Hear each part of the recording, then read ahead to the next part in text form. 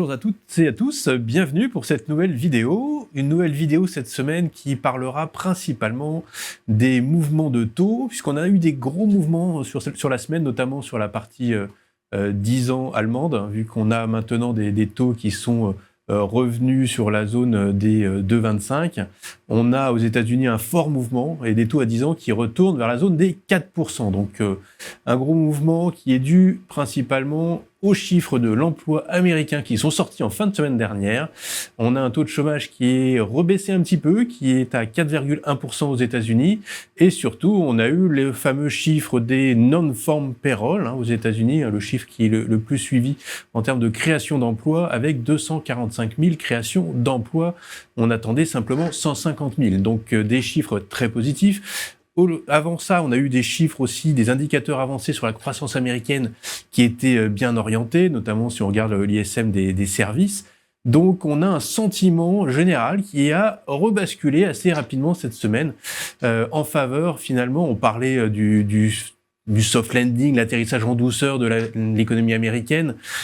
Aujourd'hui, finalement, on a l'impression que l'atterrissage, ça fait longtemps qu'on en parle, en fait, il se passe plutôt bien et il est très très lent et très graduel. Donc, dans les anticipations de marché, ce qu'on constate aujourd'hui, c'était que on a un peu moins d'attente de la part des investisseurs en termes de baisse de taux pour les banques centrales. Encore la semaine dernière, les marchés anticipaient 3 baisses de taux aux États-Unis d'ici la fin d'année. Cette semaine, on n'en a plus que 2 dans les cours, ce qui signifie qu'on devrait avoir une baisse de 25 points de base à chacune des 2 réunions qui restent avant la fin d'année pour la Réserve fédérale américaine. Et la même chose côté zone euro, avec une baisse de la Banque centrale européenne maintenant qui est anticipée quasiment à 100% pour le mois d'octobre, et encore une deuxième baisse d'ici la fin d'année, donc des anticipations qui se recalent un peu plus à la hausse, et dans un contexte finalement où les courbes aussi, la partie courte, remontent également, donc peu de quantification ou d'aplatissement sur les courbes américaines et européennes. On a aussi les anticipations d'inflation qui remontent légèrement, dans un contexte aussi où il faut le souligner, les prix du pétrole, du Brent notamment, remontent vers la zone des 80, dans un contexte géopolitique que l'on connaît aujourd'hui. Et ça a tendance à peser un peu plus sur le cours du prix du pétrole.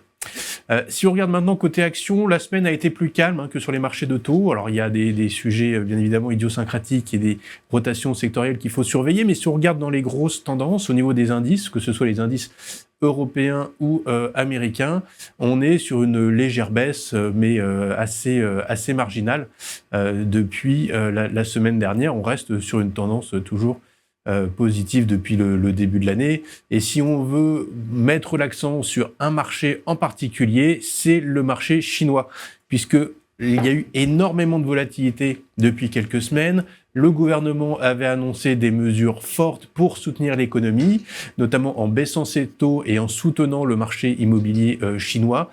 Aujourd'hui, on a un peu plus d'informations sur la politique budgétaire que souhaite mettre en place le gouvernement chinois, suite à une semaine qu'on appelle la Golden Week en Chine, où les marchés sont pour la plupart fermés. On a une réouverture des marchés qui est orientée à la baisse, mais un marché très volatile côté action chinoise. Sur le marché du crédit, le marché du crédit est assez stable, si on regarde les niveaux de marge, les niveaux de spread.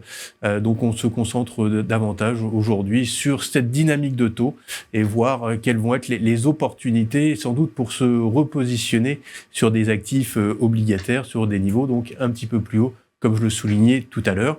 En termes de données macroéconomiques à suivre pour les prochaines séances, il faudra suivre les chiffres d'inflation, le CPI aux États-Unis, mais aussi le PPI, les prix à la production, qui seront intéressants à suivre pour avoir un peu plus de détails dans cette composante des prix américains. Voilà, un autre point à souligner, les niveaux de dette française, puisque c'est un facteur important à suivre pour les investisseurs français. On a un spread, une marge contre l'Allemagne qui est toujours dans la zone des 75-80 points de base au-dessus du 10 ans allemand. Et surtout, on va surveiller, bien évidemment, les agences de notation qui vont donner peut-être des changements en termes de perspective par rapport à leurs notes.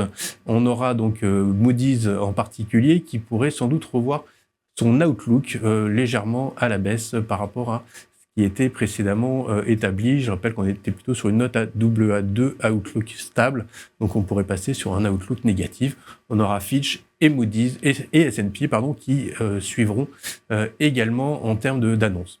Voilà, donc un spread à suivre et qui sera important également pour voir la physionomie des marchés obligataires dans leur ensemble.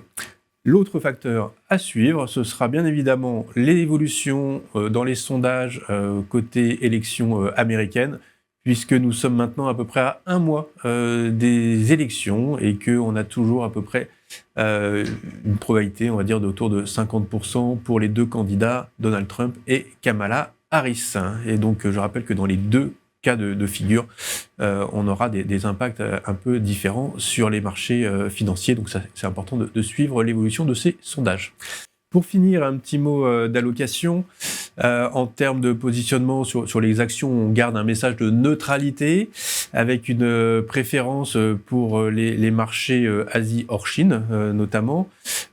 Côté taux, on a abaissé un petit peu notre recommandation sur la classe d'actifs crédit, notamment crédit haut rendement, puisqu'on salue les performances déjà réalisées depuis le début de l'année. Je rappelle qu'aujourd'hui, on a à peu près 7% de performance depuis le début de l'année sur le crédit haut rendement européen. Donc on passe à un message davantage de neutralité également. On va préférer les dettes émergentes d'une part ou le monétaire d'autre part. Voilà, je vous dis à très bientôt. Merci et bonne semaine.